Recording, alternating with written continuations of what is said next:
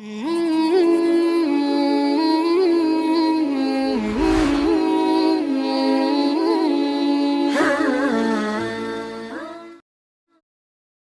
بھائیوں، بہت بڑا مجمع ہے اور الحمدللہ اکثر نوجوان بیٹھے ہو.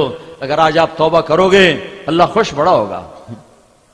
توبہ کے لیے کوئی عمر کی قید نہیں ہے، پر جوانی کی توبہ اللہ کو بہت پسند ہے.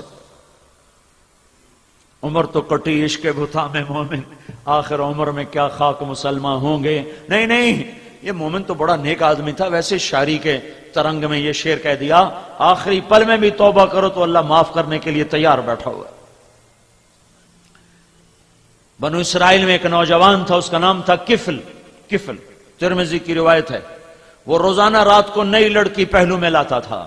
شراب اور عورت اس کے ہر رات کا کام تھا. ایک رات ایک لڑکی کو لے کر آیا 60 دینار پر. آج جو سونے کا ریٹ پہنچ چکا ہے اس پر 60 دینار اب 10 لاکھ کے برابر ہو چکا ہے. ایک عورت کے لیے ایک رات کا حرام 10 لاکھ روپیہ خرچ کرنے والا کتنی دولت ہوگی.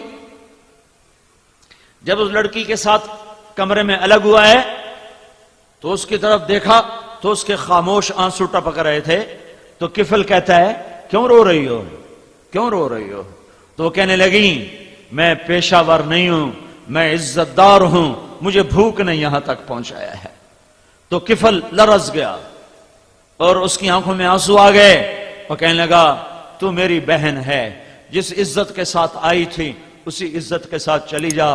میرے لیے دعا کر، میں بڑا کمینہ انسان ہوں، اللہ مجھے معاف کر دے، میں تیرے آنسوؤں کے طفیل توبہ کرتا ہوں.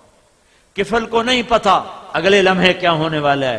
یہ لڑکی گھر پہنچتی ہے اور کفل دھڑم گرتا ہے اور مر جاتا ہے. آخری لمحات میں توبہ ہے، آخری لمحات میں.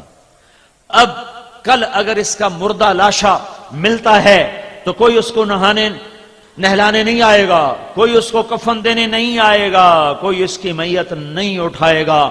یہ ایسا روح سیاہ ان نوجوان تھا. تو میرے اللہ پہ صدقے قربان جاؤں، واہ میرے مولا کیا تو عجب شہنشاہ ہے.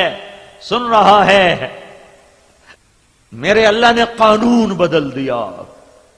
آخرت کی باتیں چھپی ہوئیں، برزخ کی باتیں چھپی ہوئیں، پر میرے اللہ نے قانون بدل دیا.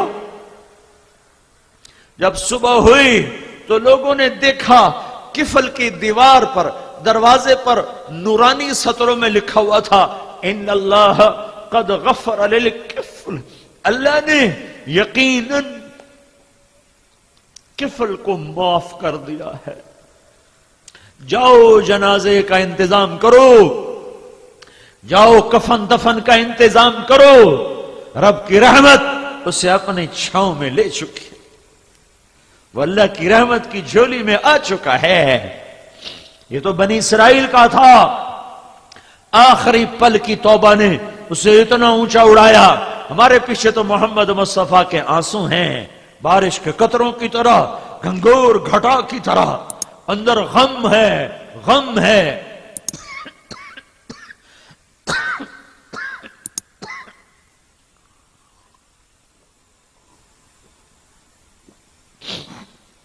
تو میرے بھائیوں، ہماری توبہ تو بڑی جلدی قبول ہوگی.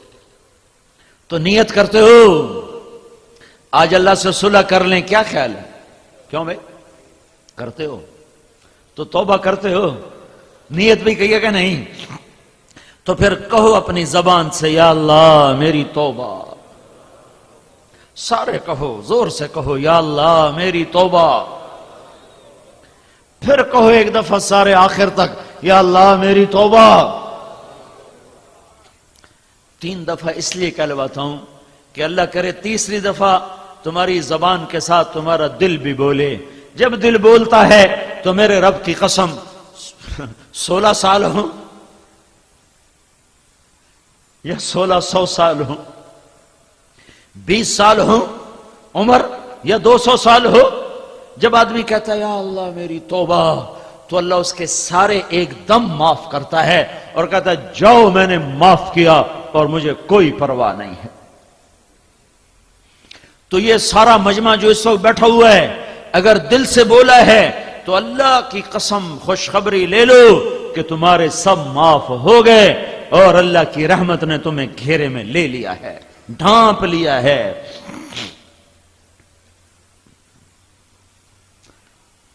اب اگر دوبارہ کبھی توبہ ٹوٹ جائے تو پریشان نہ ہونا، شیطان چکر دے گا، ایسی توبہ کا کیا فائدہ، ادھر کی اور ادھر توڑ دی، ہاں ہاں جب ٹوٹے پھر آ جانا، جب ٹوٹے پھر آ جانا، جب ٹوٹے پھر آ جانا۔